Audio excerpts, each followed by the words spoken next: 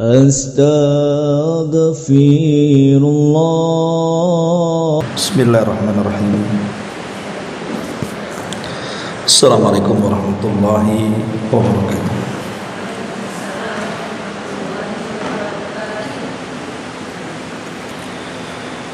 Alhamdulillah wassalatu wassalamu ala Rasulillah wa ala alihi wa sahbihi wa mawalah wa la hawla wa la quwata illa billahi wa ba'd.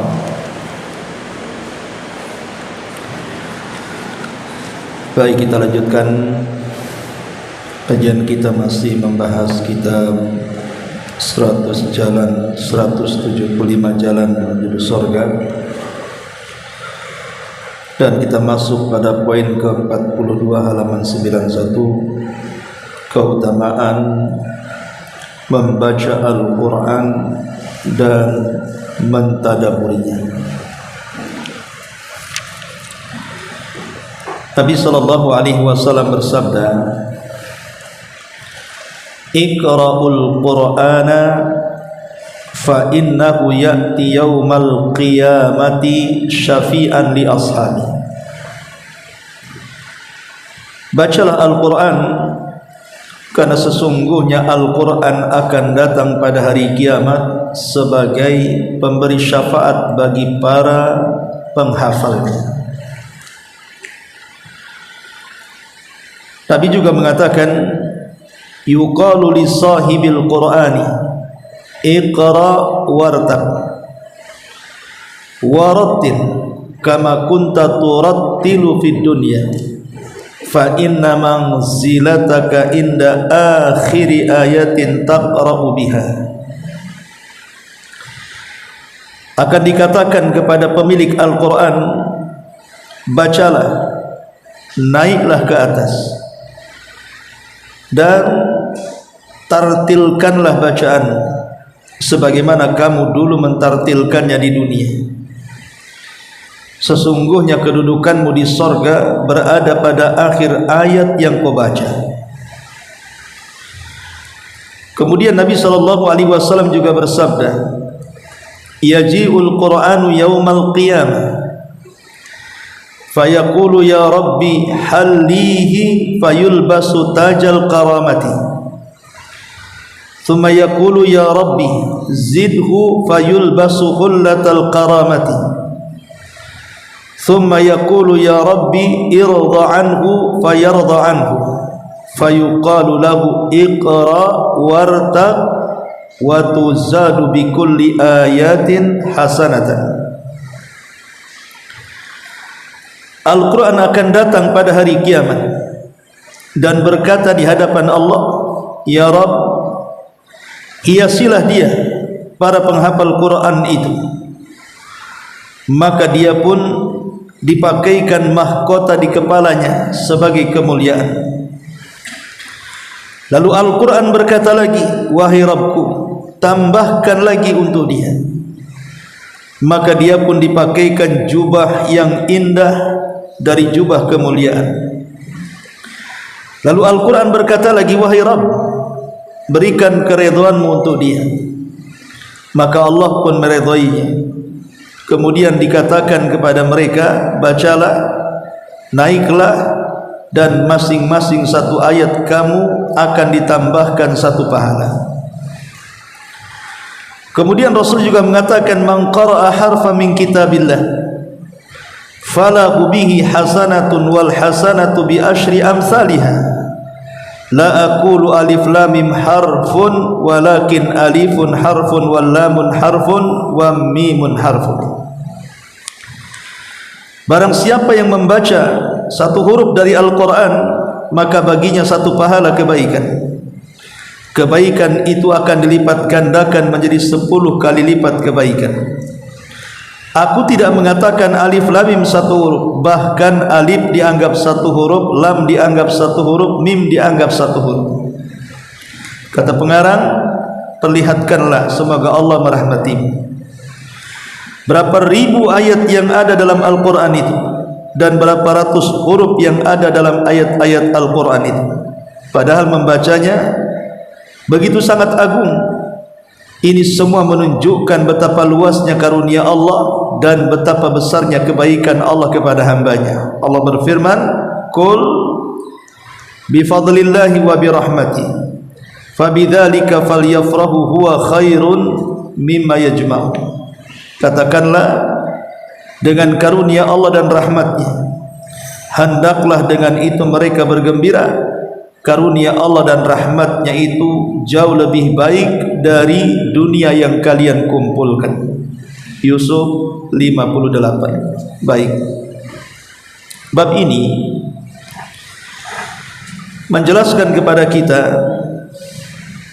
tentang fadilah keutamaan orang yang membaca Quran dan mentadaburinya. Betul, memang Al-Quran itu orang yang membacanya diberikan pahala, karena memang di antara fungsi Quran itu adalah bacaannya dianggap ibadah, paham atau tidak paham. Karena Quran itu diturunkan untuk diibadahi bacaannya. Makanya orang yang tidak paham bahasa Arab sekalipun, sehingga setiap Quran yang dibacanya tidak paham isinya, tetap dapat kebaikan. Karena Quran itu diturunkan salah satunya untuk diibadahi bacaannya. Jadi orang yang membaca Quran dianggap ibadah.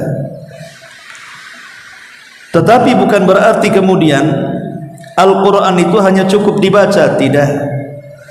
Karena kalau hanya cukup dibaca, nanti orang tidak akan kenal seperti apa perintah Allah dan seperti apa larangannya, seperti apa hal-hal yang dihalalkan Allah, seperti apa yang diharamkan Allah.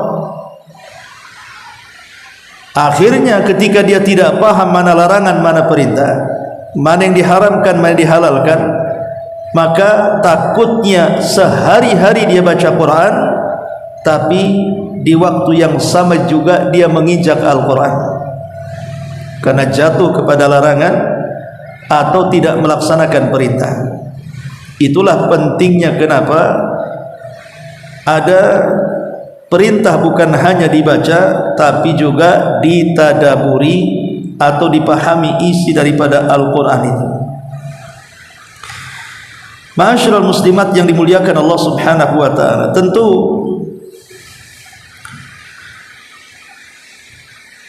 hal-hal yang bisa menopang seseorang itu bisa memahamkan Al-Quran atau paham isi Al-Quran itu ada beberapa kaidah.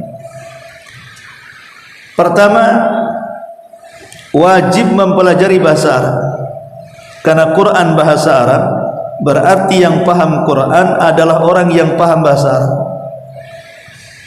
Orang yang tidak paham bahasa Arab selamanya tidak akan paham Quran. Samalah dengan orang Arab suruh baca buku karangan Indonesia, sampai kiamat orang Arab tidak akan paham, sampai dia belajar bahasa Indonesia baru dia paham isinya. Artinya setiap bahasa harus dipelajari sesuai dengan bahasanya, baru kita bisa menangkap ucapannya. Lah kebetulan karena Al-Quran berbahasa Arab, kenapa pula kemudian Quran memilih bahasa Arab? Bukankah bahasa di dunia itu banyak? Karena bahasa Arab itu dianggap bahasa terfasih satu dunia. Bahasa yang paling fasih di dunia itu hanya bahasa Arab. Makanya Quran harus mencari bahasa terbaik untuk menjadi kalamnya, untuk menjadi firmannya. Ini yang pertama. Yang kedua, dirasatu siratin Nabi sallallahu alaihi wasallam. Selain paham bahasa Arab, dia juga harus menguasai perjalanan hidup Nabi sallallahu alaihi wasallam. Kenapa harus tahu perjalanan hidup Nabi sallallahu alaihi wasallam? Karena Al-Qur'an itu berjalan sesuai dengan perjalanan hidup Nabi. Apa yang disulitkan oleh Nabi dalam kehidupannya, disitulah Quran turun.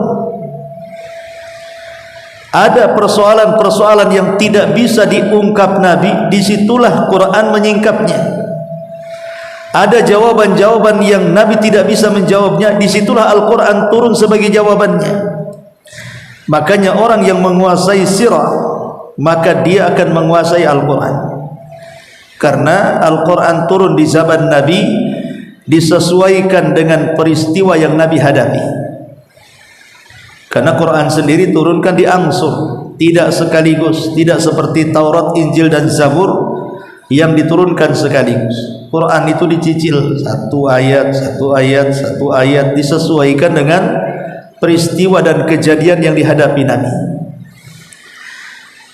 Ma'asyiral muslimin muslimat yang dimuliakan Allah Subhanahu wa taala.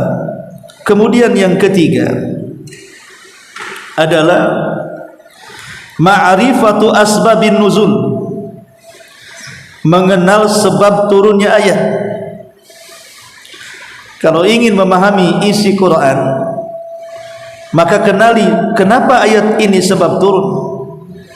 Walaupun memang tidak semua ayat yang turun itu ada sebab nuzulnya, ada sebab turunnya, tapi hampir kebanyakan isi Al-Quran itu ada sebab turunnya.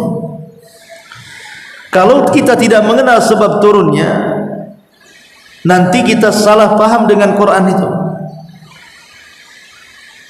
Banyak sekali kemudian orang tidak paham maksud ayat tersebut kecuali setelah mengetahui sebab turunnya, baru tahu kemana arahnya isi Al-Quran itu.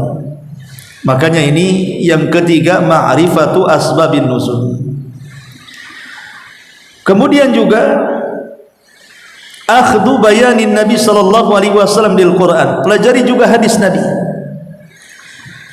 Karena terkadang ada Al-Quran itu tidak bisa dijelaskan secara rinci kecuali penjelasannya ada dalam hadis.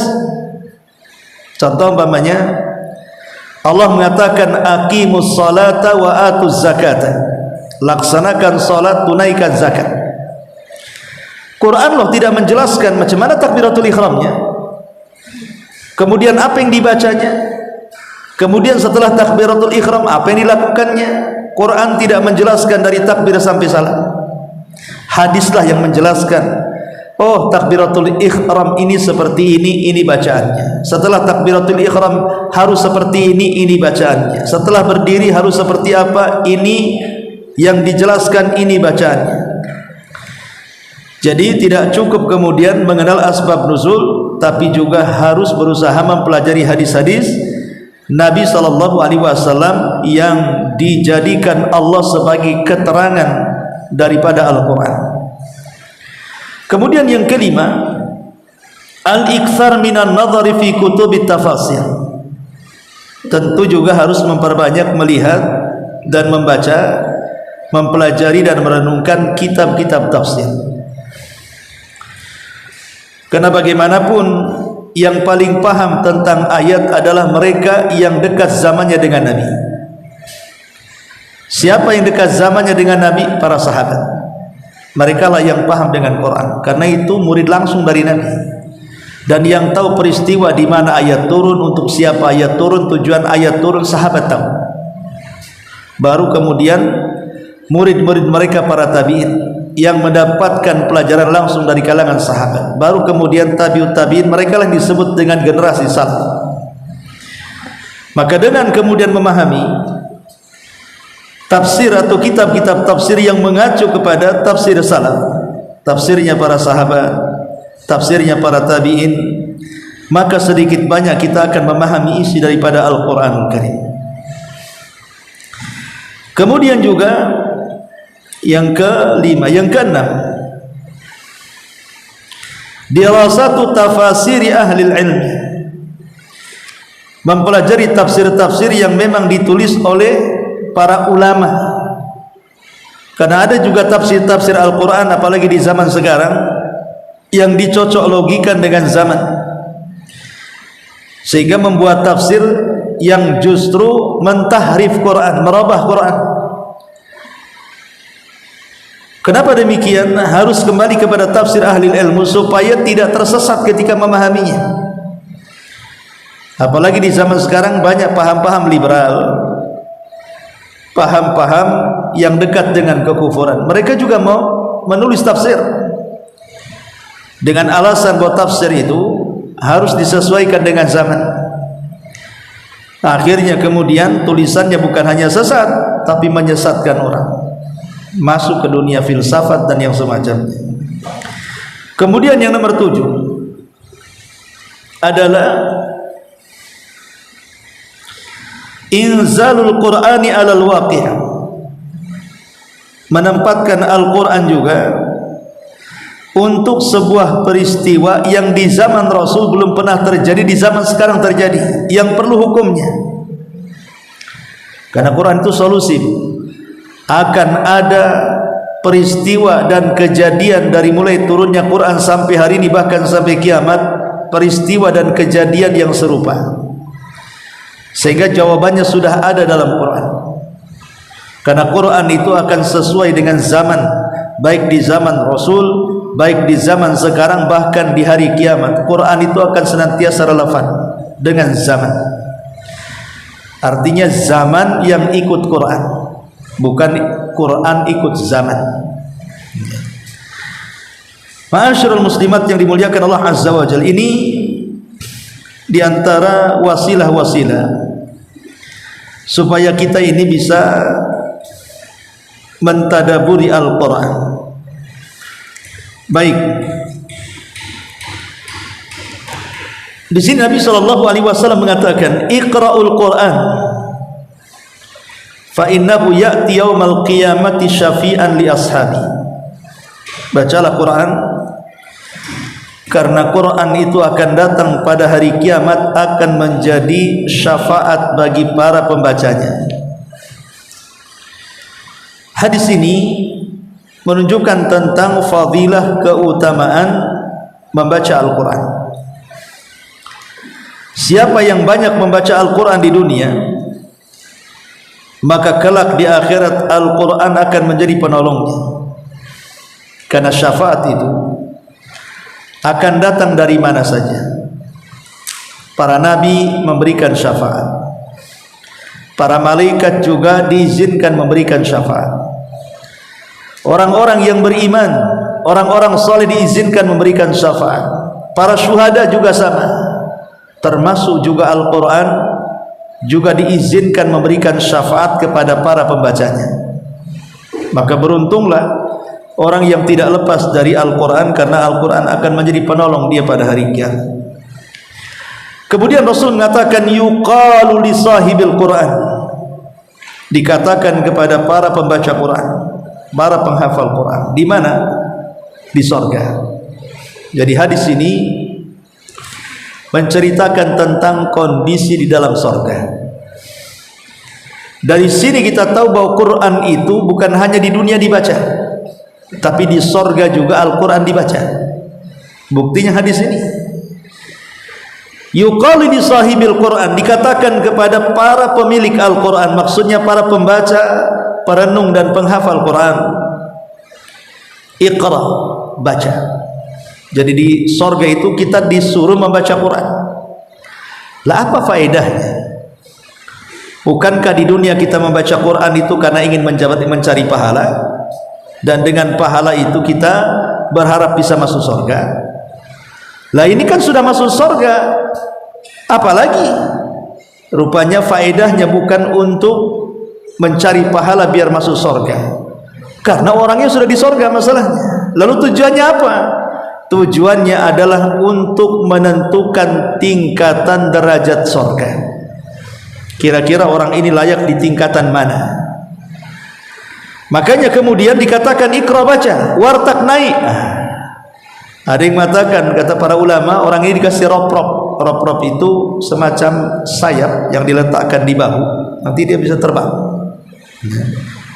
Karena kita tahu bahwa di sorga itu tidak seperti di dunia ya, ada gerak gravitasi, sehingga kita ini tidak bisa terbang. Tapi sorga kan bukan bumi yang ada gaya gravitasinya, bahkan boleh jadi sudah tidak ada lagi gravitasi di akhirat. Makanya seluruh penduduk sorga itu terbang, bahkan binatang-binatang sorga juga terbang. Mana ayatnya? Allah mengatakan di dalam Al-Quranul Karim, walahmi tayrin mimma yashtahun. Walahmi tayr, dan daging tayr. Tayr ini diambil dari kata tara yatiru tayran, dan pesawat terbang itu disebut tairah. Berarti di sini daging dari binatang yang terbang. Itu artinya walahmi tayrin, daging dari binatang yang terbang. Ya di dunia ini macam burung lah kan gitu. Kalau di akhirat semua bisa terbang. Sapi kalau ada ya terbang, kambing kalau ada ya terbang, unta ya terbang, semua terbang. Kita aja terbang. Artinya bahwa para penduduk surga itu akan terbang ke atas. Wartak, naiklah, terbang sana.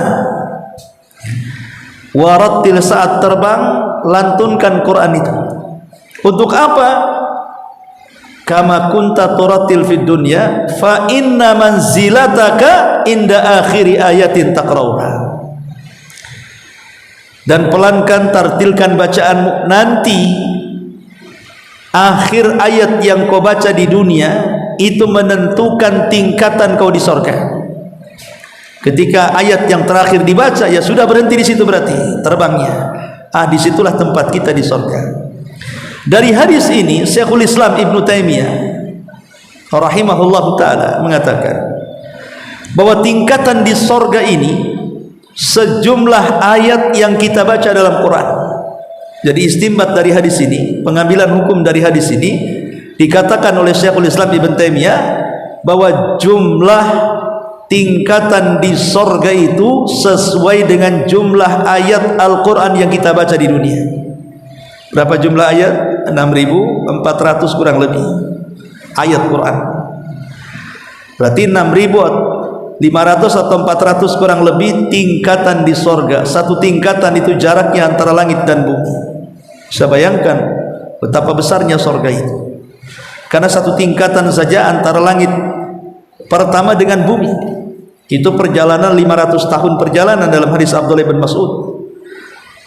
Berarti kalau kita kalikan umpamanya kan 6.400 atau 6.500 kurang lebih tingkatan di surga, betapa tingginya surga itu. Makanya wajar kalau Allah mengatakan surga itu seluas langit dan bumi. Wasari'u ila maghfirati min rabbikum wa jannatin arduhas samawati wal ardh. Bersegeralah dan bergegaslah kalian minta ampunan dari Rabb kalian, karena surga yang luasnya selangit dan sebumi, kata Allah. Itu besarnya surga, seluas langit dan bumi. Adapun tingkatannya 6.400 kurang lebih. Bahkan ada sebagian ulama yang mengatakan bukan sejumlah ayat, tetapi sejumlah huruf tingkatan surga itu. Tapi Syekhul Islam mengambil hadis ini mengatakan sejumlah ayat di dalam Al-Quran, karena akhir hadis ini Rasul mengatakan fa inna manzilataka inda akhiri ayatin taqra'uha, karena tempat dudukmu di surga itu sesuai dengan akhir ayat yang kau baca, bukan akhir huruf, tapi akhir ayat yang kau baca di dunia. Disitulah tingkatan kita. Dan surga semakin tinggi tingkatan semakin indah, semakin tinggi semakin indah dan mewah. Kemudian Rasul mengatakan, penguat hadis ini, yaji'ul Qur'ana yaumal qiyamah, nanti Al-Quran akan memberikan syafaat pada Allah pada hari kiamat dan meminta permintaan kepada Allah untuk para pembacanya. Apa permintaan Al-Quran? Ini juga masih cerita surga, masih cerita dalam surga. Al-Quran datang kepada Allah dan mengatakan, ya Rabb, orang ini memberikan perhatian kepada, dia membaca, menghafal, merenungkan, mengamalkan, mendakwahkan, dan begitu seterusnya. Ya Rabb, halihi, kalau begitu berilah perhiasan yang layak untuk orang ini, karena dia punya perhatian dengan Quran. Maka Allah Subhanahu wa taala memberikan hadiah kepada orang ini, fayulbasu tajal karamah, maka dia pun dihadiahi piala di kepalanya, mahkota yang sangat indah di kepalanya. Apakah cukup? Tidak. Quran meminta lagi dan mengatakan ya Rabb zidhu, tambah.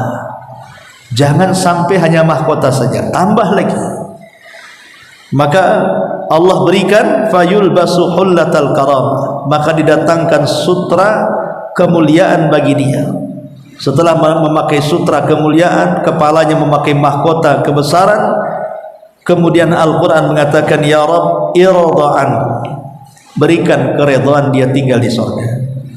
Kenapa Quran minta kepada Allah?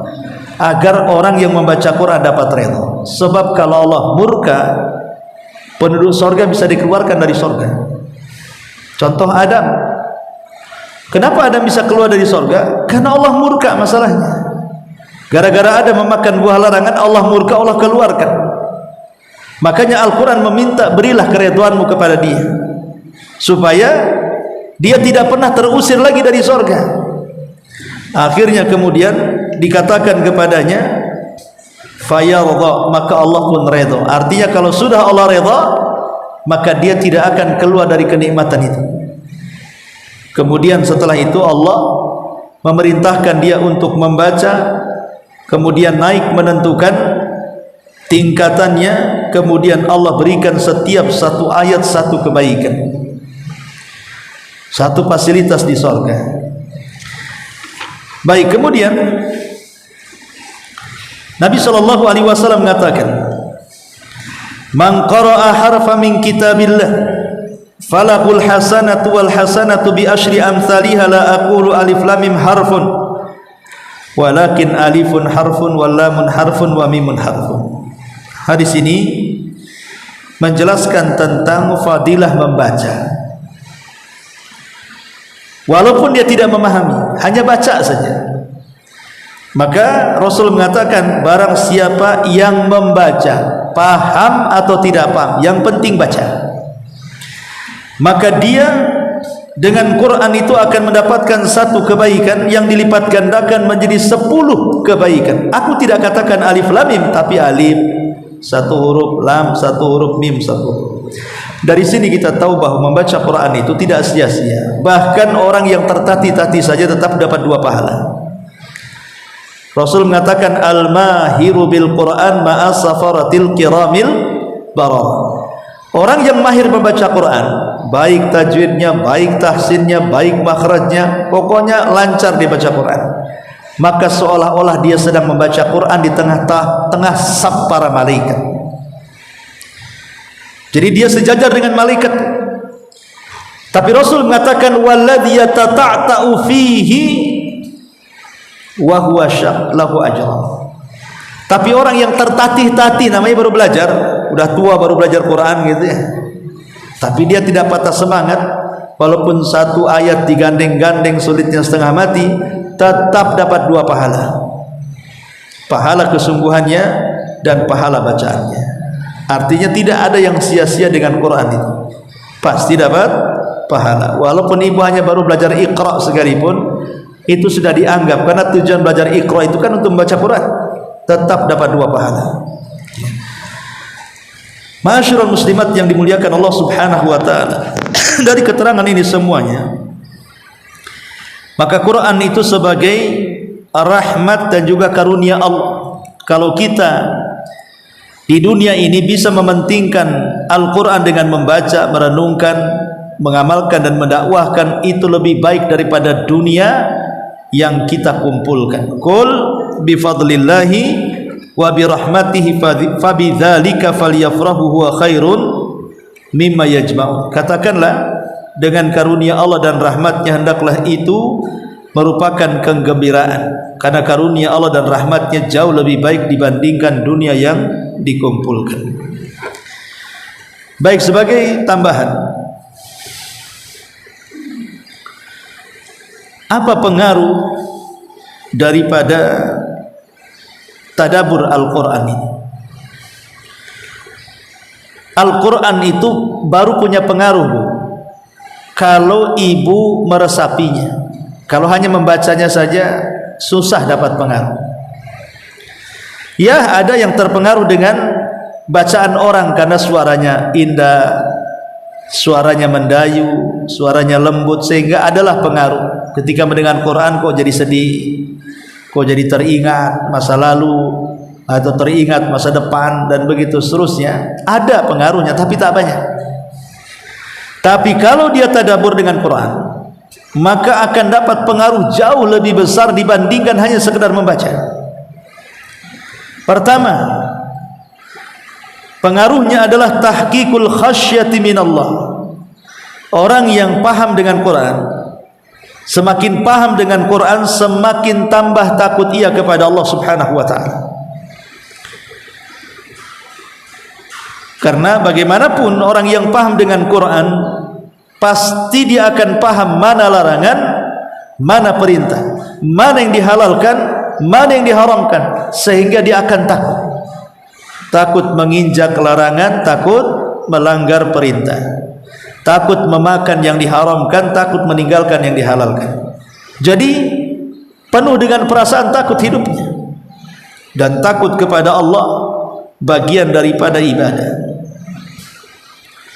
Makanya kenapa ulama salaf banyak yang saking takutnya ketika membaca Al-Quran, mereka sampai menangis, bahkan sampai pingsan, bahkan sampai ada yang meninggal karena saking takutnya terhadap Al-Quran. Yang kedua, bukan hanya takut tapi kebalikannya. Lawan takut apa? Bahagia.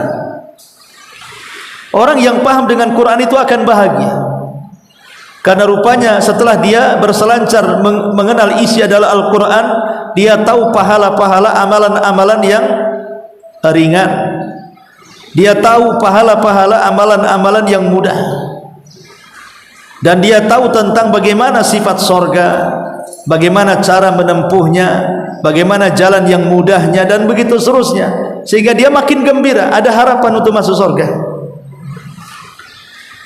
Kemudian yang ketiga,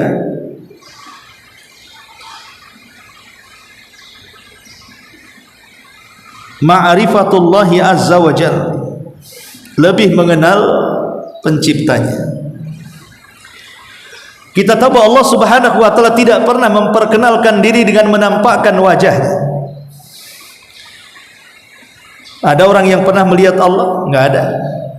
Bukan tidak sanggup Allah menampakkan, tapi manusia yang tidak sanggup melihatnya. Lalu bagaimana Allah memperkenalkan dirinya? Memperkenalkan dirinya dengan 3 perkara. Pertama, dengan nama dan sifatnya, mengenal nama-nama dan sifatnya. Yang kedua, mengenal ayat-ayat alamnya. Dan yang ketiga, mengenal ayat-ayat syar'inya. Lah, mengenal ayat-ayat syar'i maksudnya Al-Quran.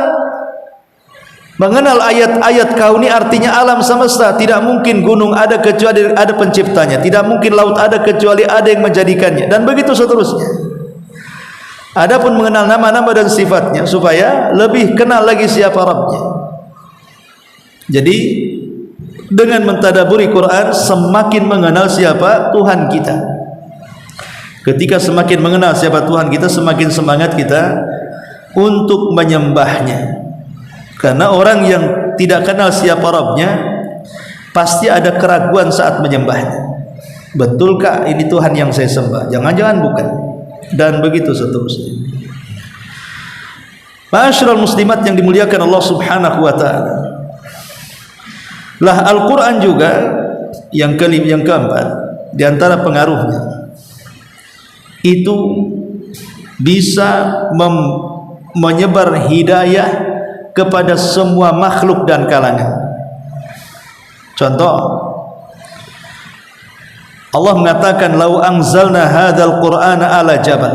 Kalau kami turunkan Quran ini kepada gunung, gunung itu akan takut. Lah, gunung saja terpengaruh dengan Quran. Artinya Quran ini bisa mempengaruhi gunung tuh.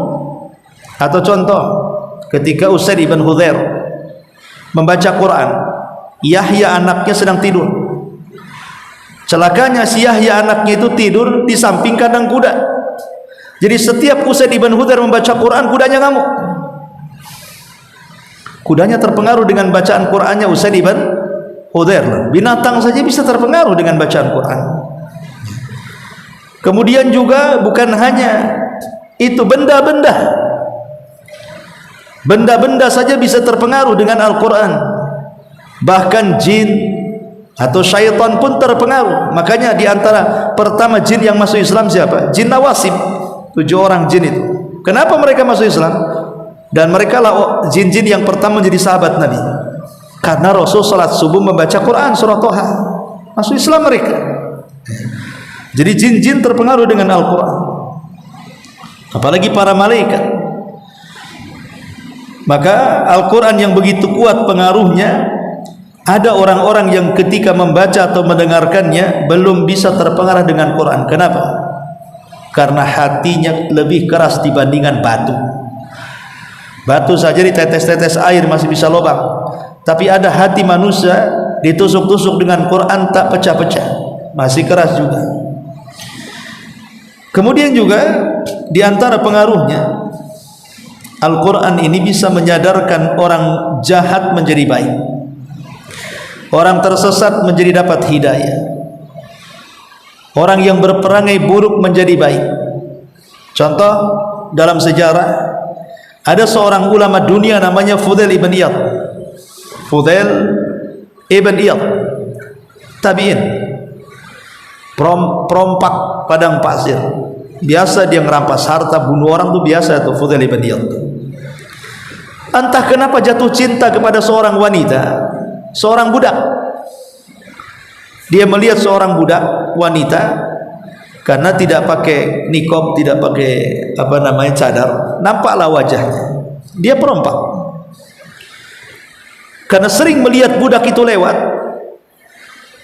akhirnya dia suka dan jatuh cinta. Akhirnya oleh Fudail ini dibuntuti, di mana si tuan rumah tuannya itu.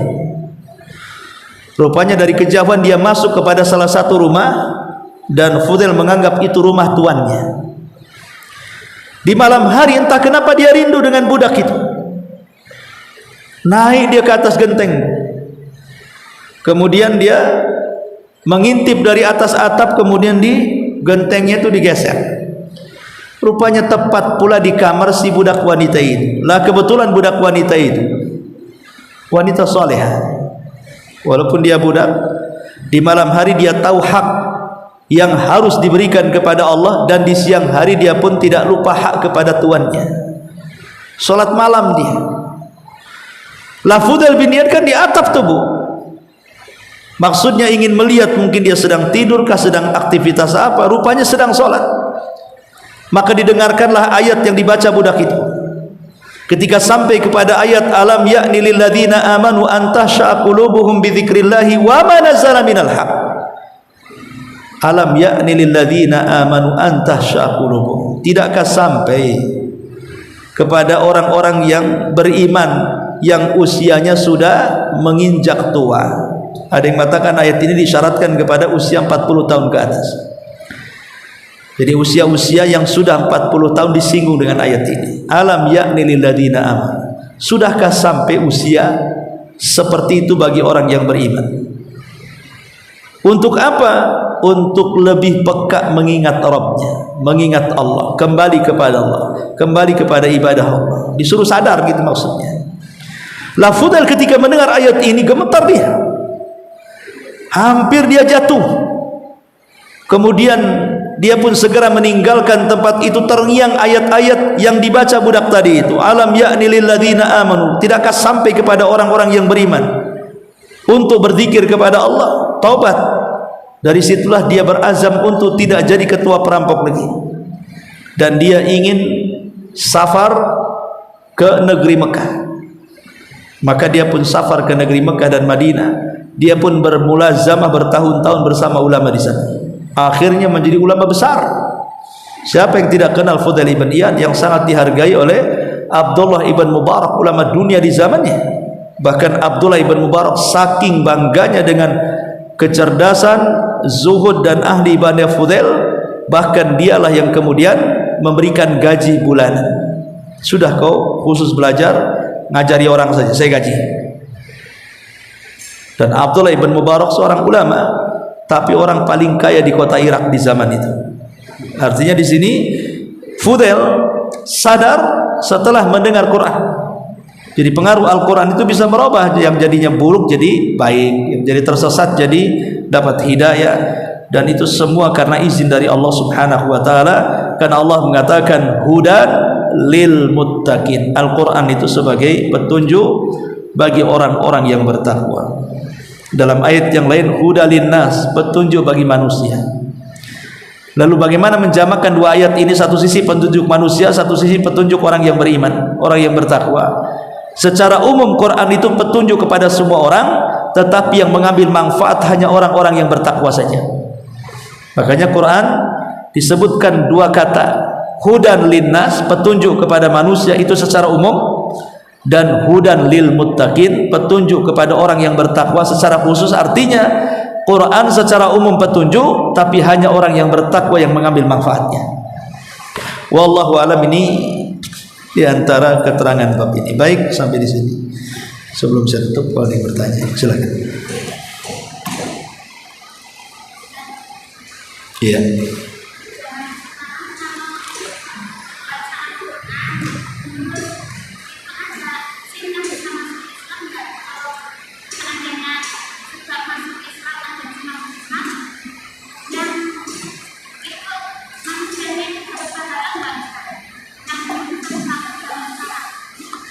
Bentar Bu, kayaknya saya nggak dengar.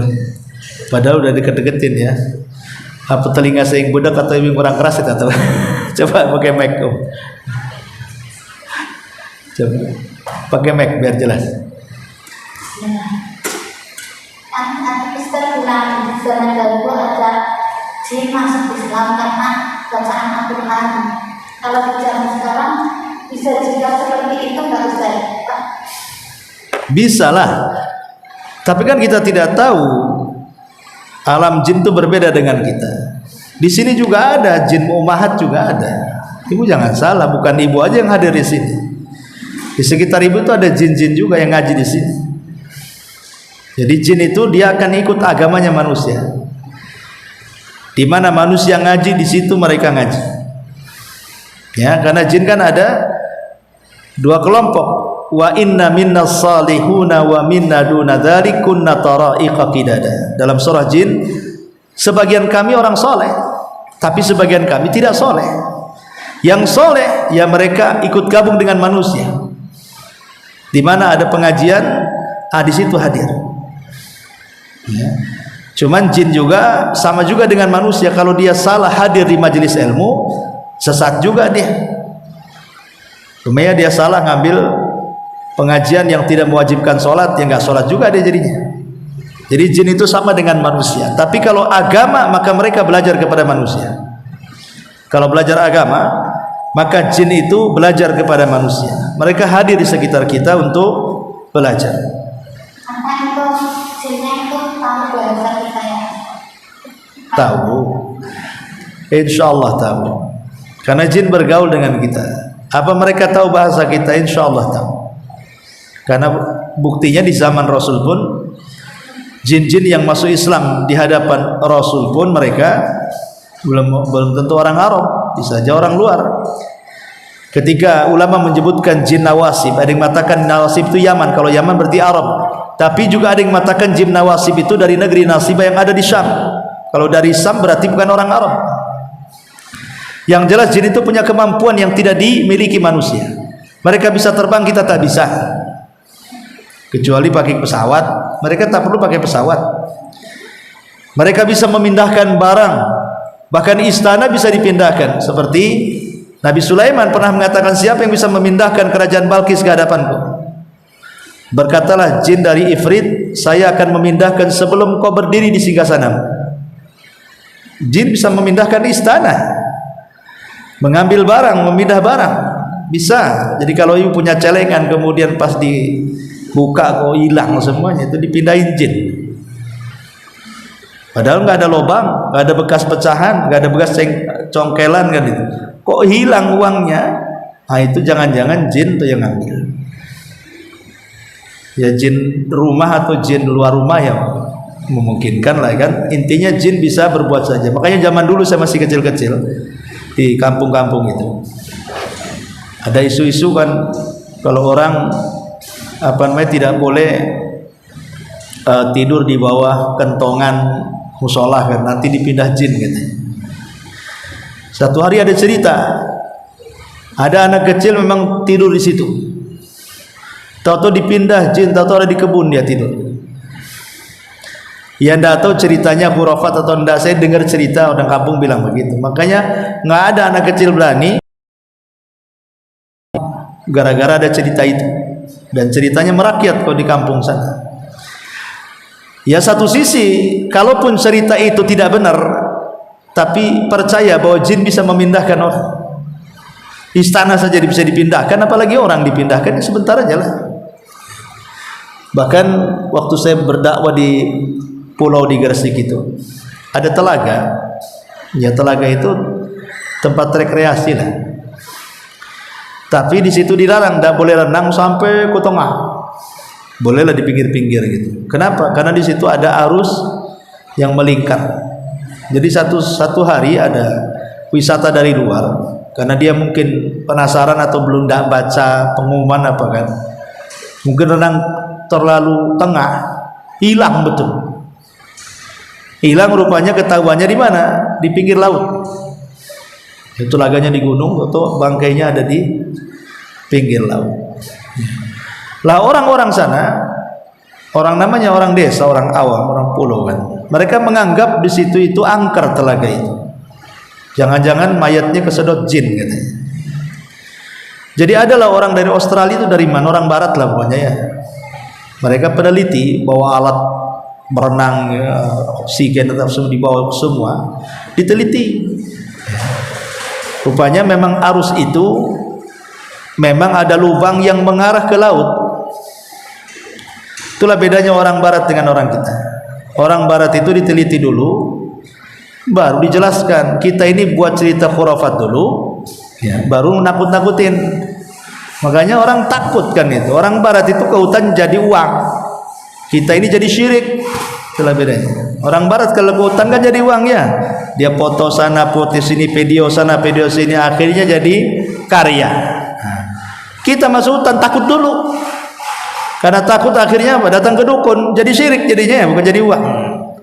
Nah, itulah kadang-kadang kita ini ya, karena kurang akidah. Ya, akidahnya kurang kuat. Wallahu a'lam.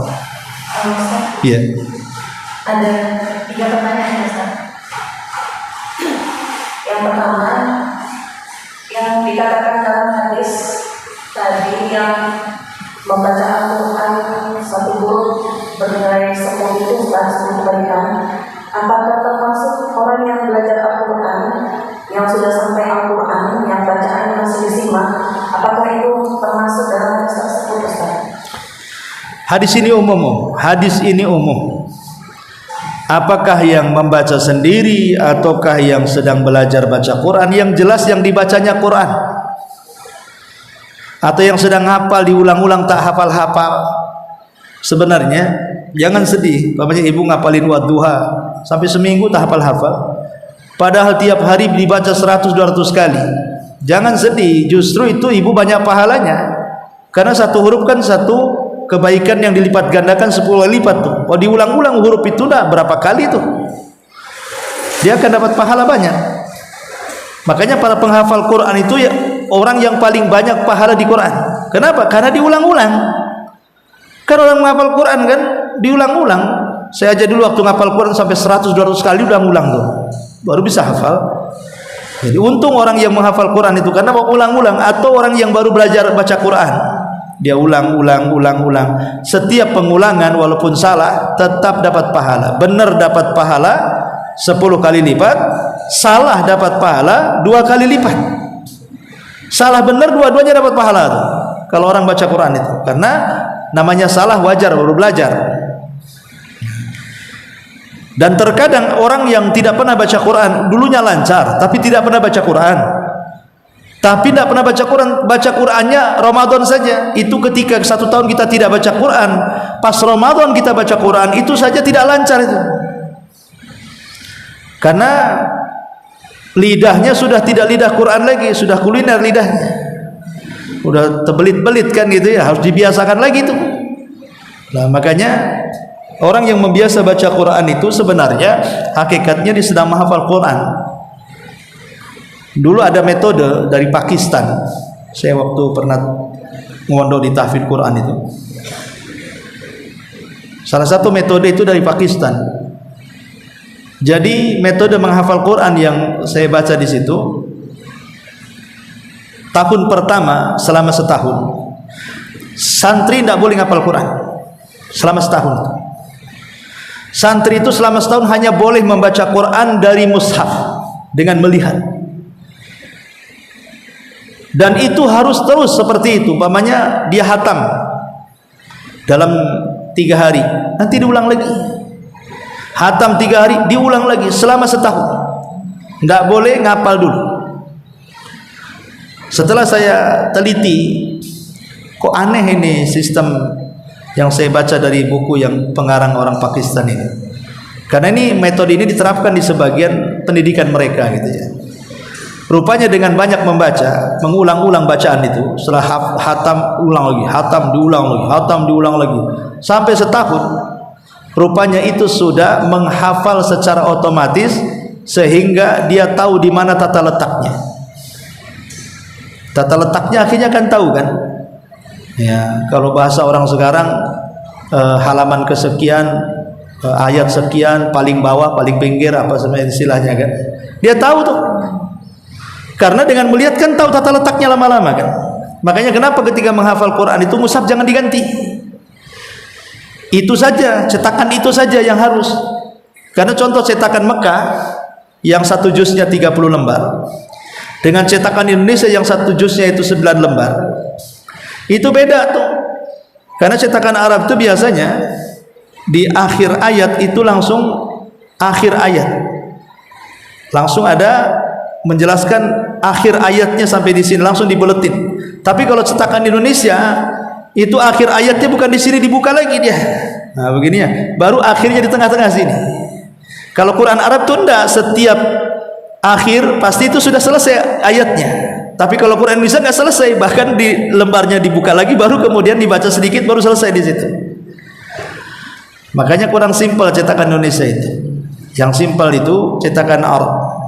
Memang sudah dirancang seperti itu, mudah dihafal sehingga mudah memahami letak-letak ayat itu. Yang kedua, separuh dari Quran itu sudah masuk ke otak kita sehingga ketika dia mulai menghafal itu sudah terbiasa karena selama 1 tahun dia baca terus, akhirnya lama-lama lancar sendiri ketika menghafal. Ya itu kan maksudnya salah satu bentuk teori lah. Nah, teori menghafal Quran macam-macam. Ada yang 3 hari menghafal, 3 hari murojaah, ada yang 1 hari menghafal, seminggu murojaah lah, macam-macam. Ya, ini yang saya lihat teori yang saya baca dari teori buku yang kalau saya tidak salah karyanya dari ulama Pakistan itu. Wallahu a'lam. Iya.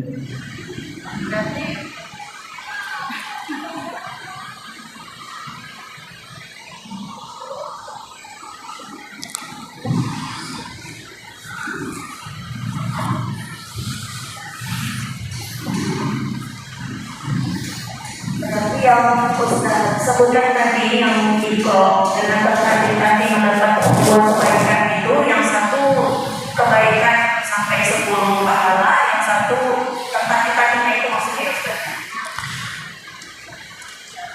Iya, itu terpisah sendiri. 1 huruf tetap dapat hadis itu. Ya.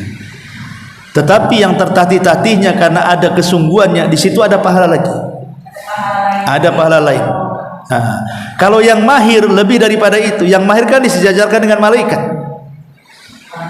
Nah, begitu maksudnya. Terus pertanyaan kedua, aku punya murid Ustaz yang tak paham bahasa Arab Ustaz ya. Tapi ketika menyampaikan bacaan Al-Quran selalu nangis Ustaz. Kadang ya merasakan bahwa itu karunia dari Allah.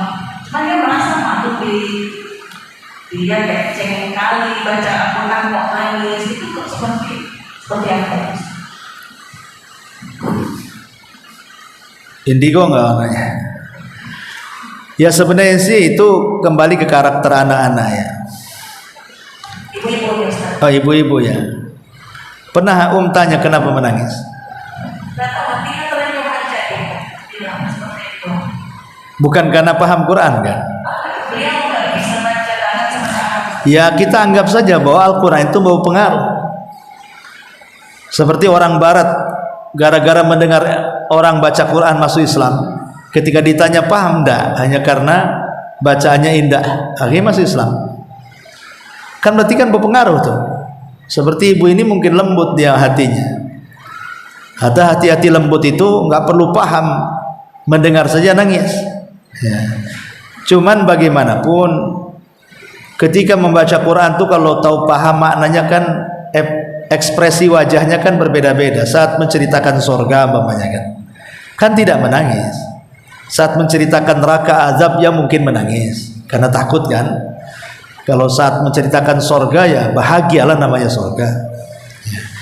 Tapi kalau tidak paham akhirnya sorga neraka ditangisi dua-duanya. Ya, karena tidak paham kan, ya udahlah. Yang penting saya baca Quran ya terenyuh saja akhirnya nangis. Ya, bagus, tidak tercela. Karena Rasul yang mengatakan illam takun tabki fataba kau. Kalau engkau tidak bisa menangis ketika baca Quran, pura-puralah menangis, kata Nabi. Jadi Rasul mengatakan kalau tidak bisa menangis, pura-puralah menangis. Karena bagaimanapun membaca Quran dalam kesedihan itu lebih khusyuk dibandingkan tidak dalam suasana seperti itu. Wallahu a'lam. Yang terakhir Ustaz, Iya. berkenaan dengan sholat fajar Ustaz. Kalau kita sebagai wanita, seandainya sholat subuhnya mungkin di masjid orang hampir sudah melaksanakan sholat, kita baru mau melaksanakan sholat fajar, itu lebih perbolehkan Ustaz? Maksudnya sholat fajar duluan? Ya, fajar dulu baru subuhnya. Karena masih di waktu subuh itu Ustaz. Nggak ada masalah selama setelah terbit fajar dilakukan. Maksudnya setelah azan. Iya. Kalau setelah azan boleh. Ya, maksudnya kan nggak ada pengaruh kalau di masjid sudah komat, kita yang di rumah. Enggak. Tidak ada ketentuan menunggu orang sholat di masjid. Ketentuan sholat itu masuk waktu, bukan sholatnya orang yang sholat di masjid. Nanti repot kalau umpamanya pas hujan nggak ada orang di masjid, nggak ada orang azan, nunggu orang selesai, nggak ada orang sholat kok. Sampai kapan kita nunggu orang itu nggak ada orang? Nah, ini menurut pemahaman beliau ini, kalau sudah dimuat di masjid, maka kita di rumah nggak boleh lagi mengerjakan sholat fajar, gitu Ustaz. Enggak. Beda. Tata cara sholat wanita dengan laki-laki itu berbeda. Laki-laki itu memang dia kewajibannya sholat di masjid. Kalau perempuan kan di rumah. Perempuan boleh azan sendiri di rumah, boleh qomat sendiri walaupun nggak ada orang lain. Jangan salah, ada jin juga di situ yang Islam yang ikut sholat. Kita tidak tahu. Karena di rumah semua orang kan pasti ada jin. Ada jin muslimnya, ada jin kafirnya, ada jin fasiknya. Makanya ada hadis yang mengatakan, semoga Allah merahmati seseorang yang berada di tengah padang pasir, azan sendiri, qomat sendiri, sholat sendiri. Kalau sudah tahu di padang pasir, azan untuk manggil siapa, orang pun tak ada. Tapi Rasul memuji orang itu. Semoga Allah merahmati orang itu, kata. Padahal nggak ada yang dipanggil, memang nggak ada orang kan gitu. Mungkin barangkali yang dipanggil ya jin-jinnya itulah yang ada di padang pasir supaya ikut sholat. Sama juga dengan di rumah. Nah, cuman kan kenapa masjid itu menjadi panduan di zaman sekarang? Karena bagi wanita agak sulit menentukan waktu masuknya itu ya. Perempuan harus keluar dulu nengok-nengok. Ya udahlah, itu tugas bapak-bapak sajalah di masjid. Berarti percaya aja kalau bapak-bapak azan berarti udah masuk fajar, kan gitu istilahnya. Nah, nggak apa-apa, sholat aja duluan di rumah. Yang penting sudah masuk waktu, itu saja. Hatta walaupun seandainya waktunya itu sudah mepet sampai 5:30 ibu bangun. Tapi kan matahari, terbit matahari masih ada, anggaplah 20 menit ke terbit matahari itu. Kalau memang cukup untuk 2 sholat, sunnah fajar dan surat fajar, lakukan. Kalau masih memungkinkan di situ. Kecuali kalau waktunya mepet. Waktunya mepet artinya ini hanya bisa dilakukan sekali sholat saja. Ya tentu yang wajib lebih diutamakan dibandingkan yang sunnah. Jangan sampai yang sunnah lebih dahulu, tahu-tahu keluar waktu baru wajib. Kecuali kalau kasusnya berbeda, memang dia ketiduran jam 7 dia bangun. Yang seperti ini saja sebagai ulama membolehkan fajar, sholat sunnah fajar, kemudian fajar. Kalaupun jam 7 bangun, bagi yang mendawamkan sunnah fajar. Jangan pernah ada orang yang nggak pernah sholat fajar, sholat sunnah fajar, sekali kebangunan jam 7 tumben pula rajin dia sholat sunnah fajar. Lah ini kan orang ini ngaco namanya. Ini dipengecualikan yang tidak pernah meninggalkan. Karena bagaimanapun pahalanya banyak, misalnya kan 2 rakaat fajar itu lebih mulia daripada dunia dan isinya. Wallahu a'lam. Baik, sampai di sini. Subhanallah, hamdika, asyhadu an la ilaha illa anta, astaghfiruka wa atubu ilaika. Allahumma